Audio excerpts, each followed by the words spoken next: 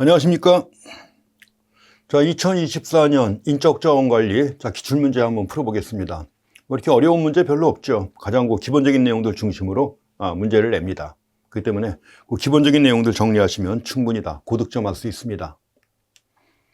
먼저 1번 문제 보시면 지식정보사회, 우리가 오늘날 현대사회를 갖다가 지식정보사회라고 하죠. 과거에는 산업사회라고 이렇게 많이 합니다. 산업사회인데 오늘날에는 지식정보사회라고 합니다. 지식정보사회에서 인적자원의 중요성에 대한 설명으로 옳은 것이 뭐냐고 했습니다. 여기 보시면 먼저 기업 성장의 원천은 노동과 자본이다. 이거는 산업사회죠. 과거 산업사회에서는 노동과 자본이 특히 강조가 됩니다. 그렇지만 오늘날에는 노동과 자본보다는 더 중요한 게 지식, 이게 더 중요하다는 거죠. 그 다음에 2번에 사람들이 지닌 지식과 역량이 중요하다. 이게 바로 오늘날 지식정보사회에서의 핵심입니다. 그래서 이게 이제 맞는 얘기죠. 맞는 얘기고, 그 다음에 피라미드형 위계 조직의 조직 구조라고 했는데, 피라미드형 위계 조직이라고 하면 과거 산업사회의 조직 형태예요. 산업사회에서는 이제 피라미드형 위계 조직의 조직 구조가 나타나죠. 그리고 또 전문화와 표준화를 통해서 생산성과 효율성을 갖다 중시하는 것은 역시 산업사회의 특징이 되겠습니다. 그래서 과거 산업사회의 특징과 오늘날 지식정보사회의 인적자원의 중요성에 대한 내용입니다. 자, 오늘날에는 지식과 역량이 중요하다는 거 다 이해하시죠? 그렇게 정리하고 지나가시면 되겠습니다. 자, 일반적인 내용들입니다. 이건 이제 상식적으로 판단해서 답을 하는 이런 내용이죠. 자, 그렇게 체크해 보시면 되겠고요. 다음에 두 번째, 2번 문제입니다. 21세기 고용관계 특성인데 이것도 역시 오늘날 지식정보화 사회의 특징이에요. 그래서 21세기 고용관계 특성 나왔는데 이전의 상황과 비교하시면 되는 거죠. 거리가 먼 것이 뭐냐고 했는데 단기 고용이 심화되고 있다. 자, 과거 산업사회 같은 경우에 뭐죠? 한번 직장에 들어오면 정년퇴직할 때까지 있다 나간단 말이에요. 장기 고용이죠. 장기 고용 같은 것들이 이제 과거의 특징이었고, 그런데 이제 오늘날에는 이제 단기 고용이 강조가 되고 있습니다. 그 다음에 높은 조직 간의 이동성. 조직 간의 이동성이 매우 높다고 하는 건데, 조직 간의 이동성이 높은 것도 역시 뭐예요? 오늘날 21세기 고용관계의 특징이죠. 조직 간의 이동성이 매우 높다는 겁니다. 그래서 과거에는 이제 한 조직에 들어오게 되면 그 조직 내에서 계속 머물렀던 거예요. 산업사회에서는. 그렇지만 오늘날에는 조직 간의 이동성이 매우 높다는 게 특징이 되겠죠.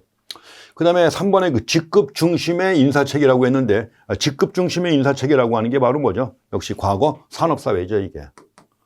과거 산업사회의 특징에서는 직급 중심으로 인사가 이루어진 겁니다. 그렇지만 오늘날에는 전문성 위주죠. 전문성 위주의 수직 이동이 이루어진다는 것이죠. 그래서 일단 여기서 21세기 고용관계 특성의 변화와 거리가 멀다고 하면 과거의 상황이니까 3번이 되겠죠. 이것도 역시 그냥 상식적으로 판단해도 알 수 있는 그런 내용들이 되겠습니다. 자, 다음에 3번 문제 보시겠습니다. 인간관계 운동에 대한 설명으로 옳지 않은 것은 뭐냐고 했는데, 자, 인적자원 관리에서도 이제 인간관계 운동이 강조가 됩니다. 이것도 마찬가지로 과거에는 과학적 관리법에서는 생산성만 강조했던 거죠. 그런 것이 이제 1920년대 후반에 와가지고 인간관계론의 기초가 된 유명한 실험이 있죠. 호선 실험이 있죠. 호선 실험을 기초로 해가지고 인간관계론이 나오게 돼서 아주 경영학도 아주 비약적으로 발전하게 됩니다. 그래서 인간관계 운동에 대한 설명으로 옳지 않은 게 뭐냐고 했는데, 그래서 과거 과학적 관리법에서는 어떻게 하면 생산성을 높일 것인가에만 관심을 뒀던 거죠. 그런 건 이제 생산성보다도 인간성이 더 중요하다는 걸 알게 된 겁니다. 이게 바로 인간관계 운동의 핵심이 되는 것이죠.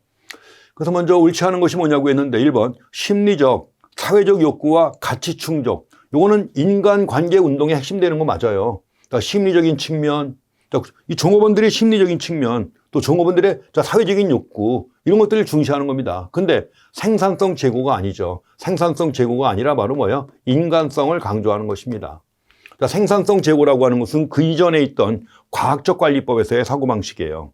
그렇지만 이제 인간관계 운동에서는 인간성을 높이는데, 인간성, 관계예요. 관계를 갖다 높이는데 초점을 두는 것이죠. 근데 이 앞에 말은 맞습니다.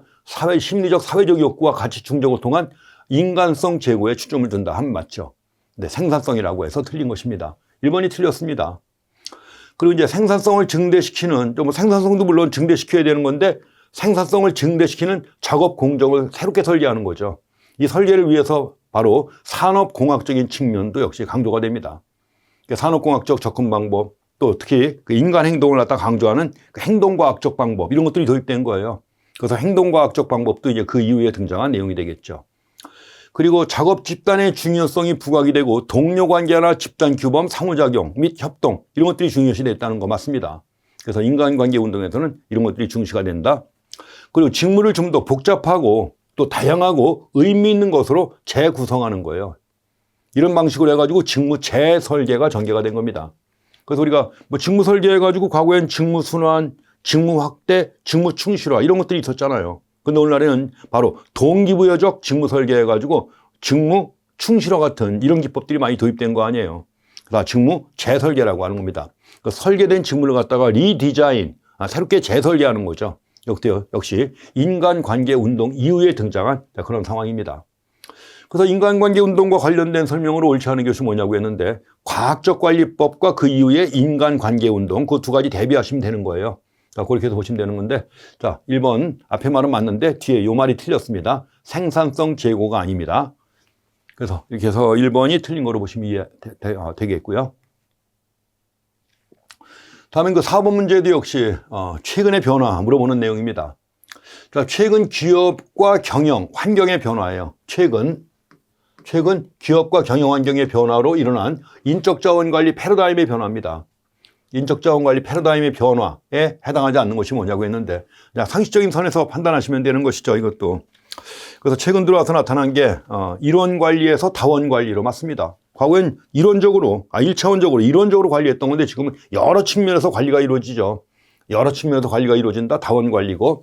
과거에는 비용만 강조했지만 지금은 뭐예요? 수익을 더 중시하고 있다는 거죠.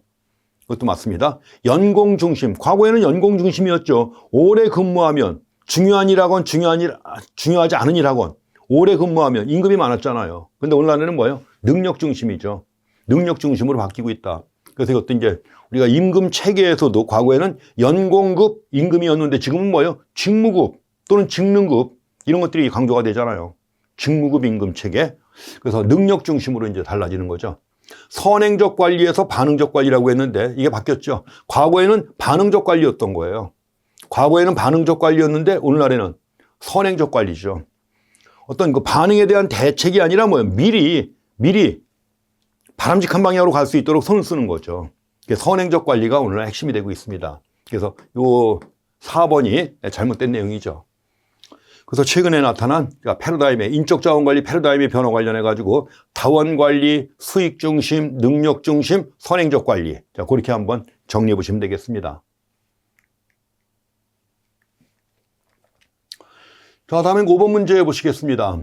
가론에 들어갈 말로 알맞은 것이 뭐냐고 했는데, 자, 가로 해놓고 인간의 노동력을 기계화 원리에 의하여 합리화하고 작업 능률의 증진을 도모하려는 이론이다. 답 나왔죠? 이게 바로 테일러에 의한 과학적 관리법 아니에요. 가지고 뒤에 내용 보시게 되면 작업 능률에 대해서는 시간 연구, 자, 시간 연구, 동작 연구, 자, 테일러의 과학적 관리법의 핵심이죠. 그래서 시간 연구와 동작 연구를 통해서 목표 과업량을 정해요. 가장 바람직한 목표 과업량. 목표 과업량을 정한 다음에 그 목표 과업량을 달성하면 높은 임금, 달성하지 못하면 낮은 임금 해서 뭐예요? 차별 성과급제라고 하는 거 아닙니까? 차별 성과급제. 그리고 이제 가장 바람직한 조직의 특성으로서 직능적 직장제도. 오늘날 기능식 조직이에요. 기능식 조직과 함께 이제 직장제를 갖다가 강조합니다. 이런 것들이 다 과학적 연구의 결과 나온 그런 결론이에요. 그래서 적어도 차별 성과급제 그리고 직능적 직장제도 이거 강조한 거라 하면은 뭐예요? 테일러의 과학적 관리론이죠. 그래서 여기에 해당하는 내용이 테일러의 과학적 관리론. 자, 다시 한번 테일러의 과학적 관리론은 인간의 노동력을 기계화 원리, 그러니까 생산성만 높이는 데 관심을 둔 겁니다. 그래갖고 작업 시간 연구, 동작 연구를 통해서 목표 과업량을 정한 다음에 그걸 달성해야만 높은 임금 받는 거예요. 가지고 이제 차별 성과급제를 도입한 것도 그거죠. 가지고 테일러의 과학적 관리법의 핵심 내용입니다. 다음엔 앙리 페어리 주장한 일반 관리론입니다. 이거는 이제 테일러의 과학적 관리론이 1911년에 나왔고 1914년에 포드의 과학적 관리법이 나오고 1916년에 나온 거예요. 근데 이건 일반 관리론이라고 하는 이유가 앙리 페이올은 사업가예요. 프랑스의 사업가. 사업가니까 당연히 뭐예요? 경영 전반에 거친 내용을 취급하는 거죠. 그래서 앞에서 그 테일러의 과학적 관리법 이런 것들은 주로 이 작업 현장에서 어떻게 하면 생산성을 높일 것인가 강조한 건데 이건 경영 전반에 걸쳐서 관리론을 제시한 거예요. 일반 관리론이에요. 그래서 일반 관리론에서 6가지 관리 활동도 중요하고 14가지의 관리 원칙도 중요하죠. 14가지 관리 원칙 강조하는데 이게 첫 문제 나오기도 하고 또 6가지 관리 활동 나오는데 6가지 관리 활동이 바로 뭐예요? 기술, 6가지 관리 활동. 자, 기술 활동, 그리고 상업 활동, 재무 활동이 있죠. 보존 활동이 있고 회계 활동. 맨 마지막에가 제일 중요한 거 아니에요. 맨 마지막이 뭐예요? 관리 활동이에요. 관리 활동 또는 경영 활동이라고 하는 거죠. 그래서 여기서 이제 경영 활동, 이게 이제 맨 마지막에 등장하는 건데 이 경영 활동 또는 관리 활동이라고 해가지고 여기서 바로 경영 과정 5가지를 제시하는 거 아니에요. 자, 경영 과정 5가지가 뭐예요? 여기 들어가는 5가지가 계획, 조직화, 그리고 원래 이제 지시가 아니라 지시라고 합니다. 지시 또는 명령이에요. 지시 또는 명령. 그리고 나서 조정을 하고 마지막으로 통제를 하는 거 아니에요. 이 5가지를 갖다가 앙리 페이올이 처음 제시한 거예요. 그래가지고 이제 그 이후에 이걸 갖다 이제 줄여가지고 이걸 갖다가 이제 계획, 조직화, 지휘 해가지고 지휘로 바뀐 다음에 통제해가지고 지금 경영 과정을 4가지로 제시하고 있는 거 아니에요, 요새. 이거 최초로 제시한 게 바로 페이올입니다. 경영 활동 또는 관리 활동에서 이렇게 해가지고 이제 제시한 것이고, 그럼 6가지 관리 활동에 포함되지 않는 게 뭐냐? 이런 건 안 들어가죠. 안 들어가고 6가지 하면 기술 활동, 상업 활동, 재무 활동, 회계 활동, 보존 활동, 관리 활동 해가지고 6가지를 제시하고 있습니다. 이 내용도 확인하시고, 뭐 뒤에서 이제 14가지 관리 원칙도 꼭 확인하셔야 됩니다. 이렇게 해서 보시면 되겠고요. 자, 다음은 7번 문제입니다. 다음 설명에 해당하는 것이 뭐냐고 했는데, 한동안 붐을 이뤘던 거예요, 이게. 저임금 노동력 확보를 위해서. 생산 과정에서 비용을 줄이는 게 중요하니까 결국 저임금 노동력을 확보하는 게 필요하죠. 가지고 어떻게 하는 거예요? 선진국 기업들이 주로 하는데 어디? 인건비와 부대 비용이 저렴한 나라로 공장을 이전하는 거죠. 아프리카나 동남아시아 이쪽으로. 가지고 인건비도 싸고 기타 부대 비용이 저렴한 나라로 공장을 이전합니다. 이렇게 해갖고 실질적으로 일자리를 수출한 거나 마찬가지 아니에요. 공장을 이전했으니까 고용은 현지인을 고용하는 거 아니에요. 결국 일자리를 갖다 수출하는 결과가 다 좋은다고 했는데 이런 걸 뭐라고 하느냐. 자, 과거에 선진국도 다 했던 겁니다. 한국도 마찬가지고요. 우리가 이 경우에도 큰 기업들 보게 되면 베트남이나 인도나 아니면 동남아시아, 인도네시아 이런 데로 많이 옮겼잖아요. 공장을. 이런 걸 뭐라고 그래요? 옵쇼링이라고 합니다. 옵쇼링. 옵쇼링 해가지고 오프쇼링이라고 그래요. 바다 건너 멀리 공장을 옮긴다는 얘기예요. 그래서 옵쇼링이라고 하는 겁니다. 근데 근래 들어서는 또 여러 가지 상황이 바뀌고 있잖아요. 그렇죠. 우리가 공장을 옮겼는데 그 나라도 만만치 않은 거예요. 점점 더. 그러니까 중국 같은 경우 옮겨놨는데 중국의 경우에도 노동법이 제정되고 시행되면서 임금이 많이 올랐어요. 그러니까 다시 어떻게 될까요? 돌아와야죠. 또 다시 돌아오는 경우, 왜냐하면 이제 국내의 경우에는 기업들이 전부 다 빠져나가니까 국내에서는 흔히 산업의 공동화라고 그래요. 산업 공동화. 공장이 없어요. 공장이 없으니까 일자리가 모자라죠. 그러니까 일자리도 창출하고 할 겸 나갔던 기업들이 다시 들어옵니다. 다시 들어오는 건 뭐라고 그래요? 리쇼어링이라고 합니다. 나갔던 기업들이 다시 들어오는 것은 리쇼어링. 그렇게 얘기를 해요. 가지고 옵쇼어링, 리쇼어링. 그리고 이제 리쇼어링 하는 경우에는 또 여러 가지 혜택을 많이 줍니다. 정부가. 그러니까 들어오죠. 그리고 들어와서 공장을 옮겼으니까 다시 일자리가 창출되고 많이 고용을 증가시킬 것이고. 그래가지고 한동안 옵쇼어링이 보편화되다가 다시 리쇼어링으로 많이 바뀌고 있습니다. 인소싱, 아웃소싱은 다 아시죠? 그러니까 중요하지 않은 핵심 역량을 제외한 업무는 전부 다 외주를 주는 거예요. 그 외주를 주는 걸 아웃소싱이라고 하잖아요. 그렇죠? 이건 아웃소싱, 외주하고 옵쇼어링하고 전혀 다른 개념입니다. 그래서 이해하셔야 되고, 여기서 바로 옵쇼어링을 얘기를 합니다. 다음에 그 8번 문제 보시겠습니다. 직무 공유라고 나와 있어요. 직무 공유. 영어로 뭐라고 그래요? 직무는 job. 공유한다? sharing. job sharing이라고 하는 거죠. 많이 쓰는 얘기죠. job sharing. 직무 공유에 대한 설명으로 옳은 게 뭐냐고 했습니다. 1번 회사와 근로자의 합의하에 출퇴근 시간을 자유롭게 정한다. 출퇴근 시간을 자유롭게 정하는 것은 유연근무제라고 그러죠. 유연근무제라고 하는 것이고 잡 쉐어링은 아니에요. 출퇴근 시간만 정하는 것이 잡을 나누는 건 아니잖아요. 직무를 공유하는 건 아니고 출퇴근 시간만 자유롭게 정하는 거니까 유연근무제 또는 뭐 탄력적 근로시간제라고도 그래요. 탄력적 근로시간제. 그 다음에 이번에 주당 근로시간 내에서 매일 작업시간을 일단 일주일에 얼마씩 해야 되는데 그 범위 내에서 뭐요? 뭐 어떤 날은 더 많이 하고 어떤 날은 적게 할 수도 있다는 거죠. 가지고 매일의 작업시간을 탄력적으로 운영하는 거. 뭐예요? 탄력적 근로시간제예요. 탄력적 근로시간제. 그 다음에 3번 두 사람이 하나의 직무예요. 하나의 직무인데 두 사람이 오전과 오후 또는 요일별로 나눠서 수행한다. 나누는 거예요. 쉐어링. 이게 바로 뭐예요? 잡 쉐어링입니다. 직무 아니에요. 직무, 잡을 오전과 오후 또는 요일별로 나누어서 쉐어링. 이거예요. 이게 바로 잡 쉐어링입니다. 직무 공유 3번이에요. 그 다음에 4번 성수기에는 법정 노동시간을 엄격히 적용하고 비수기에는 할 일이 별로 없으니까 이럴 때 유급휴가를 늘린다. 이것도 역시 뭐예요? 탄력적 근로시간제에 포함되는 거죠. 그래서 나머지는 다 근로시간을 유연하게 조정하는 이런 내용과 관련된 것이고 이건 직무를 나눈단 말이에요. 직무 공유. 그래서 3번이 답이 되겠죠. 그 차이점 정확하게 이해할 수 있죠? 그렇게 정리하시면 되겠습니다. 다음에 9번 문제 보시겠습니다. 제일 많이 나오는, 늘 나오는 그런 내용이에요.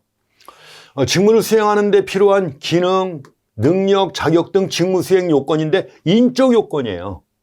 인적 요건에 초점을 두어서 작성한 직무 분석 결과물입니다. 우리가 직무 분석 결과물이라고 했는데 직무 분석 결과물이 두 가지가 있잖아요. 하나는 직무 기술서가 있고 또 두 번째가 직무 명세서가 있죠. 근데 직무 기술서라고 할 땐 직무 요건 중심이죠. 이거는 직무 요건을 중심으로 작성한 보고서고 직무 명세서는 인적 요건이에요.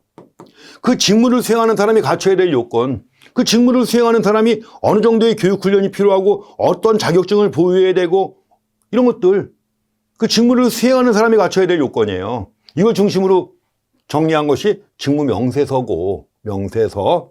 반면에 직무 요건, 그 일을 갖다 수행하려면, 그 일을 갖다 하려면은 예컨대 어떤 부속품이 얼마나 필요하고 뭐 이런 것들, 직무 요건이죠. 그 직무 요건을 중심으로 기술한 게 직무 기술서입니다.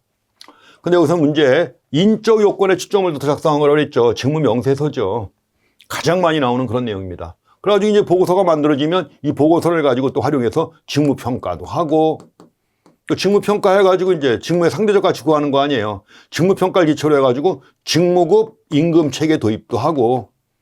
그래서 우리가 인적 자원 관리에서 가장 중요한 작업이 직무 분석이에요. 직무 분석.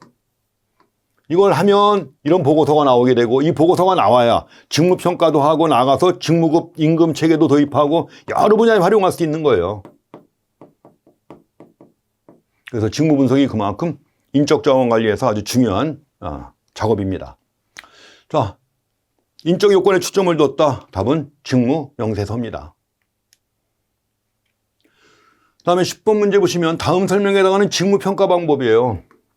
그 직무 평가라고 할 땐 직무의 상대적 가치를 갖다 구하는 겁니다. 직무의 상대적 가치를 갖다 구한 다음에 이걸 기초로 해가지고 직무급 임금 체계를 도입하고자 하는 거예요. 상대적 가치. 그 직무가 있는데 어떤 직무는 뭐 아주 위험하기도 하면서 위험하고 가치 있고 힘들다.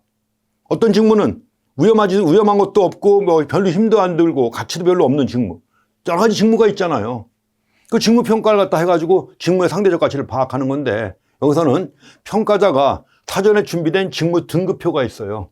직무 등급표를 가지고 개별 직무를 갖다가 직무 분석 결과에 근거해서 해당 직무가 어느 등급에 해당하는가. 그런데 직무 등급을 네 가지로 나눠요. A, B, C, D. A, B, C, D 네 가지로 나눈 다음에 해당 직무를 평가해 간 다음에 얘는 여기 속한다. 이런 식으로 강제 할당하는 거예요. 그래서 해당 직무가 어느 등급에 해당하는가 이것만 평가하는 거죠. 실제로 많은 공공기관과 민간 기업에서 사용하고 있습니다. 뭐죠? 넷 중에 하나로 분류하는 거예요. 예컨대 A, B, C, D로 분류했다고 하면 넷 중에 하나로 분류해가지고 거기다 할당하는 거죠. 이런 걸 뭐라 그래요? 분류법이라고 하는 거죠. 우리가 직무평가 방법에 자, 양적 방법 두 가지, 비양적 방법 두 가지가 있습니다. 양적 방법 두 가지는 뭐죠? 자, 점수법과 요소 비교법 두 가지는 양적 방법. 그리고 서열법과 분류법은 뭐예요? 비양적 방법이에요. 자, 대개는 서열법은 서열을 매기는 거 아니에요. 그렇죠? 자, 서열 매겨도, 예컨대 서열 높으면 A고 서열 낮으면 D 아니에요. 근데 문제는 뭐냐? 사람이 너무 많아요. 너무 많을 때는 1등부터 100등까지 서열 매기는 게 힘들잖아요. 1등 100명이라면 몇 명 안 될 때는 괜찮은데 인원이 많을 때는 서열법을 정하기 어렵죠. 이럴 때 분류법을 쓰는 거예요. 인원이 많을 때. 그래서 평가해야 되는 대상자가 많을 때는 서열법 대신에 분류법 쓰는 거죠. 이렇게 해가지고 직무평가 방법도 항상 잘 확인하셔야 됩니다. 다음에는 일반적인 직무평가 요소로 볼 수 없는 게 뭐냐고 했습니다. 우리가 직무평가할 때 좀 전에 그 직무의 상대적 가치를 갖다 구한다고 그랬죠. 직무의 상대적 가치를 갖다 구하는 것이 직무평가인데, 그러면 직무의 상대적 가치를 갖다 구할 때 평가 요소 해가지고 보통 4가지가 강조가 돼요. 4가지가 이제 뭐냐, 4가지 강조가 되는데 4가지가 작업 조건 들어가고요. 숙련도 들어가요. 숙련 들어가고, 그 다음에 여러 가지 노력과 책임 다 포함됩니다. 노력하고 책임도 포함되고, 그 노력이라고 할 때 여기 이제 물론 노력 따로 책임 따로 나누는 경우도 있습니다. 그래서 되게 4가지, 작업 조건, 숙련, 노력, 책임 4가지 갖고 구분하는 거예요. 그 작업 조건이라고 할 때는 그런데 작업 조건, 온도, 습도, 소음, 진동, 화재, 작업장의 위험도, 위험한 일하느냐 또 힘든 일하느냐 이거 아니에요. 그중에 작업 조건에 해당하는 게 위험도 그리고 불쾌도, 이걸 포함해서 다 포함해서 작업 조건이라고 하는 겁니다.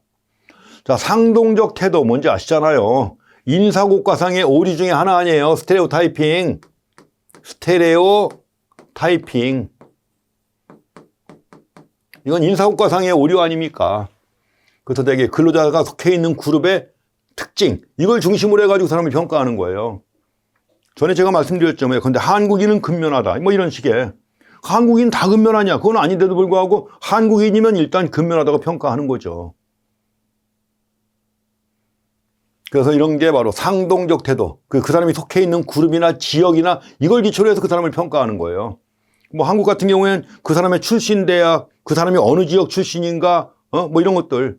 하다못해 여기 남자, 여자도 포함돼 갖고 이것들 중심으로 해서 평가하는 거예요. 물론 이럴 때는 당연히 뭐예요? 기본적인, 객관적인 걸 갖다가 평가하기가 어렵죠. 일단은 기본 전제를 가지고 평가하니까. 그래서 인사고과의 오류 중에 하나란 말이에요. 그 직무평가 요소는 전혀 아니죠. 상동적 태도. 뭐 전혀 아닌 걸 집어넣었으니까 답은 쉽게 보입니다. 근데 이런 문제도 많이 나와요. 전혀 아닌 거 집어넣어가지고 답을 쉽게 찾게 만드는 이런 문제.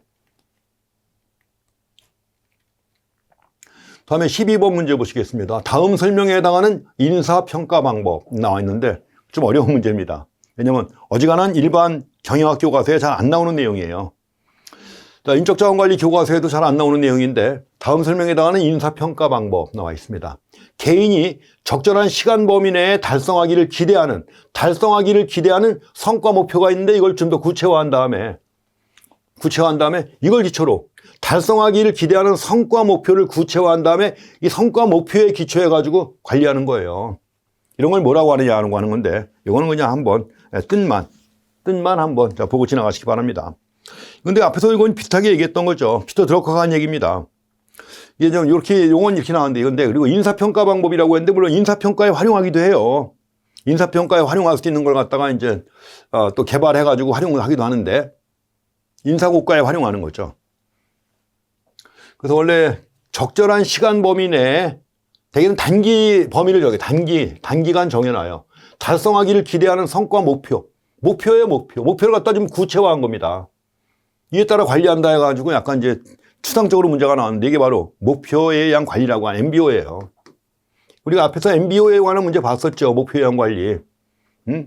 자, 상사와 종업원이 합의해가지고 목표를 정해요. 그러니까 목표를 정하는 과정에 부하가 참여하는 거예요. 이게 제일 중요한 것이고 또 한 가지, 그럼 목표를 정할 때 목표는 단기적인 목표를 해야 돼요. 측정이 가능하면서도 단기적인 목표를 정해야 됩니다. 그러고 나서 중간중간 목표의 달성 여부를 점검한 다음에 피드백을 줘야 돼요, 또. 이런 식으로 해가지고 이제 우리가 목표를 갖다 관리하는 기법이죠. 가지고 목표 예량 관리해가지고 이게 원래 그 피터 드러커에서 처음 제시가 된 겁니다. 그 피터 드러커의 유명한 교과서예요. 1954년에 나온 프랙티스 오브 매니지먼트라고 하는 유명한 책인데 그 책에서 이제 오늘날 현대 경영학의 여러 가지 기법들을 갖다가 피터 드러커 선생이 제시한 겁니다. 가지고 그 이후에 이제 맥그리거 같은 학자들이 인사고과에 활용할 수 있는 이런 기법을 갖다가 제시한 것이고, 그래서 이와 관련된 내용이 바로 목표 예량 관리라고 하는 건데, 설명이 약간 이제 우리가 일반적으로 보는 그 설명이 잘 안 돼 있죠. 근데 이렇게 해서 뭐 두루뭉실한 다음에 낸 다음에 답을 찾아라 그래도 찾긴 찾아야죠. 뭐 다른 건 전혀 아니잖아요. 그렇죠? 아닌 거. 균형 성과표도 아시잖아요. BSC라고 하는 균형 성과표. 그래서 과거에는 성과 평가할 때 재무적 성과만 따졌는데 재무적 성과 말고 비재무적 성과로서 고객, 내부 프로세스, 학습과 성장 그 세 가지를 더 추가해 가지고 성과 평가할 수 있는 방법을 개발한 게 균형 성과표 아니에요. 전혀 다른 내용이죠. 그렇죠? 근데 이건 아시는 거고. 그러니까 어쨌든 답은 목표 관리법이 되겠습니다.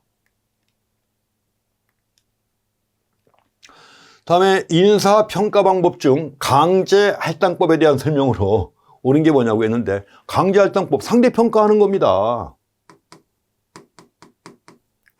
상대평가한다. 그러니까 과거에는 예컨대 대학에서도 학점 평가할 때 절대평가했어요. 절대평가하다 보니까는 어느 교수는 거의 다 A만 줘요. 또 어느 교수는 A를 전혀 안 주는 분도 있고, 제가 학교 다니기도 그런 분이 꽤 있었어요. 너무 차이가 나요. 그래서 이것들이 이제 문제는 그 대학에서만 통용되는 거라면 괜찮은데 나중에 취업할 때 되니까는 뭐예요? 다른 대학과 비교가 되잖아요. 그러니까 취업할 때 기업 입장에서 볼 때는 분명히 얘하고 성적이나 능력은 비슷한 것 같은데 얘는 학점이 거의 그냥 올 A에 가깝고 얘는 능력은 비슷한데 학점이 거의 바닥을 기고, 이거 골치 아프죠. 물론 이제 그 대학의 평가 시스템 같은 것들을 갖다 어지간한 기업체들은 다 알고 있어요. 있기 때문에 그걸 적용을 합니다. 그러냐 뭐 똑같이 A라고 해서 뭐 최고 서열 대학하고 최고 낮은 대학하고 똑같이 점수를 줄 수는 없잖아요. 그래가지고 뭐 똑같이 뭐 A라고 하면 최고 서열 높은 대학은 A를 100으로 했을 때 서열 아주 낮은 대학은 한 60%만 인정한다든가 뭐 이런 식으로 해가지고 나름대로 기준이 있단 말이에요. 그러니까 이런 것들이 문제가 되니까 대학마다 다 보급한 게 뭐냐? 상대평가죠. 상대평가 도입한 거예요. 강제할당법 해가지고 상대평가 비율도 정해놔요. A 학점, B 학점, C 학점 정해놓고 A는 대부분 30%, B는 40% 이렇게 적용하죠. 그리고 나머지 C, D, F 해가지고 나머지 30% 이렇게 줍니다. 그 30% 넘으면 아예 입력도 못해요. 이런 식으로 해가지고 강제할당하는 거 아니에요. A는 무조건 30%, B는 무조건 40%. 이게 인사고 평가할 때도 마찬가지예요. 인사평가할 때도 예컨대 뭐 중심화 경영 해가지고 어떤 상사는 평가할 때 자기 부하 직원들 전부 다 A만 준단 말이에요. 어떤 상사는 또 자기 부하들이 자기 고생시켰다고 해가지고 전부 다 C만 주고, 또 마음이 약한 어떤 상사는 어떻게 1년 동안 똑같이 열심히 일했는데 누굴 A 주고 누굴 C 주냐, 다 B. 중심화 경향, 중심화 경향, 가혹화 경향, 이것이 나타나기 때문에 이걸 없애는 방법이 뭐예요? 상대평가하는 거죠.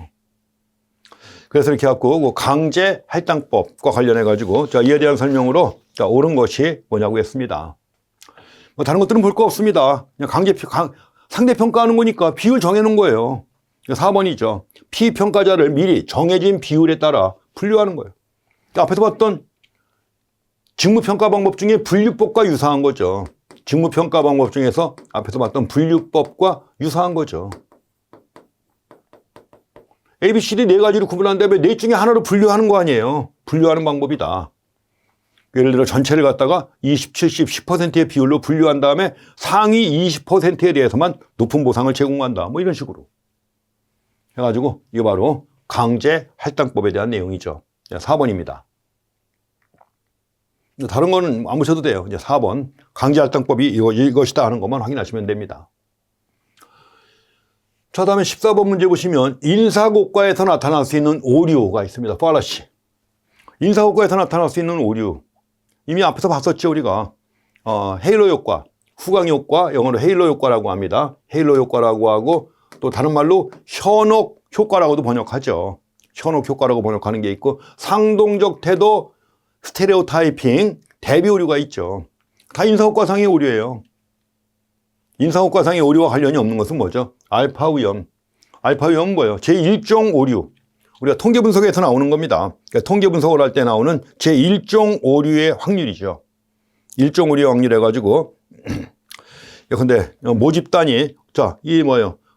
그 가설이 모집단의 특성을 다 나타내고 있음에도 불구하고 기각하는 거예요. 기각하면 안 되는 건데. 그래서 이거 갖다가 우리가 알파라고 하는 것이 있고, 또 한 가지 제2종 오류의 확률 해가지고 베타가 있잖아요. 거기 나오는 것이죠. 이거는 인사효과와는 아무 관련이 없는 겁니다. 알파 위험은. 그래서 우리가 인사효과상의 오류 해가지고 뭐 늘 나오는 얘기니까 다 가장 기본서 갖고 공부하신 분들은 다 알잖아요. 그렇죠? 알파 위험. 아주 쉽게 틀린 답 찾을 수 있게 문제를 냈습니다. 고맙게도.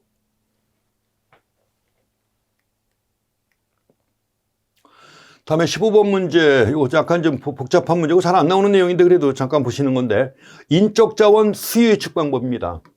수요 예측 방법 중에서 판단적 기법이라고 했는데, 자, 판단적 기법이라고 할 때 중요한 특징이 뭘까요? 그냥 자, 인적 자원 수요 예측을 할 때 예측하는 사람이 자기가 판단해가지고 정하는 거예요. 자기가 판단해가지고 정한다니까 결국 뭐예요? 주관적 방법이라는 얘기죠. 판단적 기법이라는 얘기는 주관적 기법이라고 하는 것이고, 주관적이라는 얘기는 결국 뭐예요? 질적이라는 얘기죠. 우리가 수요 예측 방법을 크게 구분하면 정성적 기법과 정량적 기법으로 구분해요. 아주 질적이라는 말은 곧 정성적 기법에 해당하는 겁니다. 그리고 데이터에 기초해가지고 예측을 할 때는 뭐예요? 정량적 기법이에요. 정량적 기법과 정성적 기법 구분하는 겁니다. 가지고 여기서는 이제 주관적으로 판단해서 예측하는 거니까 질적 또는 정성적 기법이고, 여기서 정성적 기법에 해당하는 거 뭐가 있어요? 델파이 기법이 있죠. 델파이 법이 바로 가장 대표적인 정성적 기법에 해당하는 겁니다. 그래서 용어에서 내용 보시면 알겠지만 판단적 기법이라는 이 judgmental method라고 해서 판단적 기법이라고 하는 겁니다. 통계적 기법에 의하지 않고 마케팅 관련자나 마케팅 관리자나 아니면 관련 분야 전문가들의 판단에 의존하는 예측 방법이니까 뭐예요? 정성적 기법이라는 거죠. 그 델파이 기법이 바로 그런 방법이에요. 근데 델파이 기법도 중요한 게 전문가들을 한 자리에 모으지 않고 전문가들에게 설문을 보내가지고 조사하는 거예요. 한 자리에 모으지 않고. 그래서 델파이 기법이라고 합니다. 판단적 기법에 해당하는 건 델파이 기법이에요. 그러니까 용어 갖는 의미 잘 생각해 떠올려 보시기 바랍니다. 다음에 16번 문제 보시겠습니다. 자, 인적 자원 계획에서 수요가 공급을 초과하는 경우에요. 인적 자원의 공급, 인적 자원 수요. 자, 수요는 많은데, 자, 수요가 공급을 초과한다는 얘기 아니에요. 근데 필요한 인원은 이만큼인데, 올해 관련 학과 대학 졸업생이 몇 명 안 된다. 이런 상황 아니에요. 관련 학과의 대학 졸업생은 몇 명 안 되는데, 수요는 엄청 많다. 이런 경우가 과거에도 많이 있었습니다. 그러니까 이제 대학에서는 거기에 맞게 이제 인원을 조정하죠. 입학 정원을. 갑자기 뭐 화공 분야가 엄청 뜬다 그러면 자, 화학공학과나 이런 데 입학 정원을 늘리고 다른 데 거 좀 줄이고 조정을 합니다.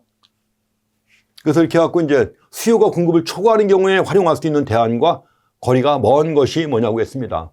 인적 자원에 대한 수요가 공급을 초과하고 있어요. 사람이 모자라는 거예요. 사람이 모자라는 이런 상황에 있다. 이럴 때 이제 활용할 수 있는 대안과 거리가 먼 것이 뭐냐. 근로시간 단축이죠. 사람이 없어요. 사람이 없는데 근로시간을 그렇다고 사람이 없다고 해서 수요가 공급을 초과하니까는 수요는 많은데 공급이 안 이루어지니까 일은 많은데 일할 사람이 별로 없는 거 아니에요. 이럴 때 대안과 거리가 먼 것이 뭐냐. 그렇다고 해서 근로시간을 단축하는 건 말이 안 되죠. 그렇죠? 이렇게 해가지고 이럴 때 인적 자원에 대한 수요가 공급을 초과해서 인력이 부족한 상황입니다.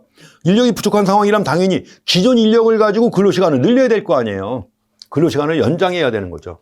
기존 근로자들의 근로시간을 갖다가 연장을 해야지 단축하면 더 난리 나는 거죠. 그렇죠? 이해가시죠? 말도 안 되는 얘기죠. 나머지는 특별히 볼 거 없고 이거 하나만 갖고 체크하시면 돼요. 그래서 수요가 공급을 초과하는 이런 상황이라고 할 때 이걸 해결할 수 있는 게 여러 가지 뭐 교육훈련, 동기부여, 보상제도를 변경한다든가 직무 재설계 이런 걸 통해서 생산성을 높이는 방법도 있고 또 새로운 기능이나 역량을 개발하는 방법, 이런 것도 모색할 수가 있습니다. 가지고 이 상황에 대해서 어떻게 할 것인가 하는 거 생각해 보시고, 거리가 먼 것은 당연히 근로시간 단축이 되겠죠. 자, 다음엔 17번 문제입니다. 이것도 제일 많이 나오는 것 중에 하나입니다. 우리가 인적자원 관리에서 인적자원의 확보. 자, 인적자원을 확보하는 게 바로 뭐예요? 신입사원을 채용해가지고 일할 수 있게 만드는 거, 채용. 근데 신입사원을 채용하는 건데, 채용할 때는 시험을 보지요, 면접도 하죠. 근데 경우 때는 이런 게 있습니다. 자, 시험을 봤는데 시험은 1등으로 통과해가지고 들어왔어요. 1등으로 통과해가지고 입사했는데 100명 중에 1등 했어요. 근데 나중에 1년 동안 일한 성과 보니까 뭐예요? 1등으로 들어온 애가 일은 제일 못한단 말이에요. 1등으로 들어왔는데 일을 제일 못해요. 뭐가 문제일까요? 시험이 문제죠. 이럴 때 그 시험은 뭐예요? 타당성이 없는 시험이에요, 그게. 실제 직무와는 타당성이 없는 그러한 시험이란 말이죠. 이럴 때 이거 갖다 우리가 타당성이라고 하는 거죠. 그 직무 성과와, 그래서 인사평가 측정 결과의 검증 기준 중에서 직무 성과와 관련성이 있는 내용을 측정하는 정도, 뭐예요? 타당성. 그래서 말씀드린 것처럼 타당성이라고 할 땐 1등으로 들어왔으면 당연히 업무 성과도 1등을 해야 된다는 얘기죠. 그 정도로 이제 측정을 할 수 있어야만 이게 타당성이 있는 거죠. 그래서 인사평가 측정 결과와 관련해서 타당성이 바로 이런 개념으로 이해하시면 되겠습니다. 잘 나오는 얘기죠, 이것도. 그래서 직무 성과, 인사평가가 당초에 측정하려고 의도했던 것을 얼마나 정확히 측정하고 있는가, 이걸 밝히는 겁니다. 타당성 개념을 그렇게 이해하시면 되겠고요. 자, 다음에는 가벼운 내용이죠. 내부 모집의 장점. 자, 새로운 인력이 필요한데 새로운 인력을 갖다가 외부에서 모집해 오는 게 아니라 기존의 내부의 직원들 중에서 사람을 뽑는 거예요.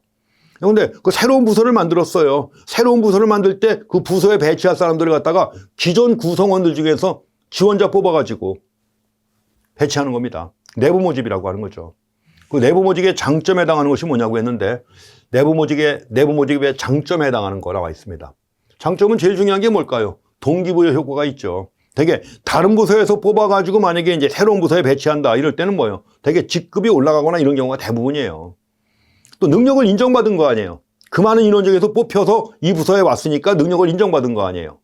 동기부여 효과가 매우 큽니다. 그래서 내부 모집의 장점에 해당하는 가장 큰 거는 동기부여 효과가 있다는 겁니다.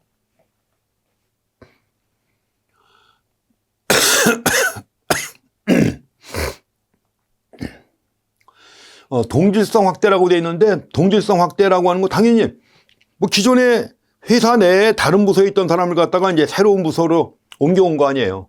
동질성은 높아지는데 이게 장점일까요? 아니죠.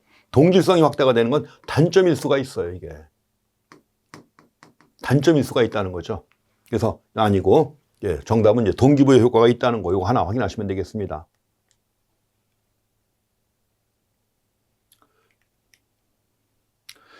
다음에 비슷한 문제네요. 사내 공모제도. 사내 공모제라는 게 뭐예요? 사내에서 뽑는 거 아니에요. 새로운 부서를 만들었다. 그 새로운 부서에 필요한 인원을 갖다가 회사 내에서 뽑는단 말이에요. 그게 내부 모집이죠, 이게. 좀 전에 봤던. 내부 모집이나 사내 공모제나 같은 얘기죠. 자, 도입 목적으로 볼 수 없는 게 뭐냐고 했습니다. 이것도 역시 비슷한 문제죠. 아무래도 인재를 갖다 발굴할 수 있는 거죠. 회사 내에서 숨겨져 있던 인재를 찾아내가지고, 활용할 수 있잖아요. 능력개발 활성화를 위한 시책이 되겠습니다. 능력개발 활성화. 자, 인적자원의 사내 유동화. 그 새로운 부서가 만들어질 때 기존에 있던 인력 중에서 옮겨오는 거니까 사내 유동화가 촉진되겠죠. 그렇죠? 근데 인사정보 활성화가 이루어져가지고 새로운 임금 수준이나 임금 형태. 이거는 바뀌지 않잖아요. 기존에 있던 임금 수준, 기존의 임금 형태예요. 근데 이제 단지 새로운 부서를 만들었을 때 그 필요한 인력을 회사 내에서 뽑아오는 거지, 이와는 전혀 관련이 없는 거죠. 그래서 그 4번 내용과는 전혀 관련이 없는 그런 내용이 되겠습니다. 이런 것들이 기존에 있던 거 그대로 유지하는 거지. 그렇죠? 이게 바뀌는 건 아니잖아요. 그래서 사내 공모제도의 도입 목적 해가지고 인재 발굴의 수단이 된다, 능력 개발 활성화 시책이 될 수가 있다, 인력 자원의 사내 유동화를 촉진할 수 있다. 이런 것들은 목적이자 장점이 될 수 있는 거죠. 4번은 전혀 아닙니다. 이런 것들은 바뀌지 않아요. 기존에 있던 걸 그대로 유지하면서 사람만 사내 공모하는 거니까 바뀌지 않습니다. 다음에 20번 문제 보시겠습니다. 다음 설명에 해당하는 경력 개발. 자, 경력 개발해가지고 커리어 디벨롭먼트라고 하는 거죠. 커리어 디벨롭먼트에서 경력 개발 개념인데, 한 조직 내에서의 이동뿐만 아니라, 한 조직 내에서 이동하는 것뿐만 아니라 다른 조직으로의 이동도 시도가 돼요. 그 조직 간의 경계가 없어지는 거예요. 조직 간의 경계가 없어져가지고 뭐예요? 한 조직 내에서 이동하는 것뿐만 아니라 다른 조직으로 이동하는 것까지 다 포함되는 거예요. 가지고 이제 경력 역량은 경력 정체성을 위한 역량, 경력 마케팅 역량, 정보와 영향력 네트워크 구축 역량 다 포함하는 겁니다. 가지고 이제 경력상의 의사결정 기준으로 개인의 경력 가치관이 매우 중요한 역할을 한다고 했는데, 이런 것들이 이제 최근에 등장하고 있는 그 새로운 경력 개발 개념이에요. 이런 걸 그래서 우리가 뭐라 그래요? 원래 이런 걸 넓게는 다중경력이라고 그래요. 다중경력이라고 하는 건데 그 중에서도 무경계 경력이라고 합니다. 조직 간의 경계가 없어지는 거예요. 조직 간의 경계가 없어지기 때문에 이런 걸 갖다가 무경계 경력. 그래서 이제 바운더리리스, 그 바운더리리스 커리어라고 하는 겁니다. 무경계 경력이라고 그래요, 이런 걸. 이거 용어 뜻 이렇게 해서 정리하고 지나가시면 되겠습니다. 그래도 최근에 활용되고 있는 그런 용어니까 무경계 경력. 자, 그렇게 정리하시면 되겠습니다. 자, 이번 시간 여기까지 정리해보고, 자, 21번부터 또 40번, 20문제가 더 있죠. 다음 시간에 좀 나눠서 보겠습니다. 자, 수고했습니다.